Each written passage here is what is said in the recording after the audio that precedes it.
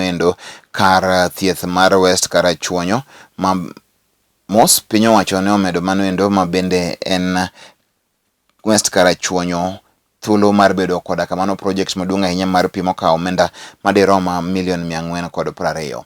Chenro ma kamano biro konyo oganda mantiere kuno kod alwora mare e yudo pigno endo maler ma ginyalo tiyo godo e kindegi.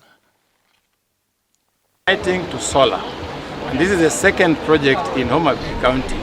You will recall that on the 17th of January, we brought here the 5th president to commission the Homa Bay expansion water project, and we converted that project from power and lighting supply to solar, and we are saving Homawasco 3 million shillings every month using that change.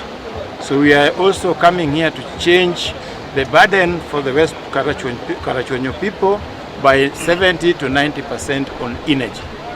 The second thing is that we are now turning our source of water to Lake Victoria, the second largest freshwater lake in the world. We are no longer relying on rivers.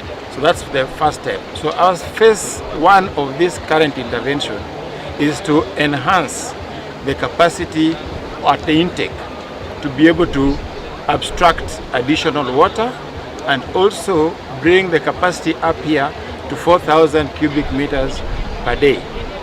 At the same time, the energy supply will be reduced in terms of cost, and that we will be able to transfer those investments to connecting increased number of people of West Karachuonyo.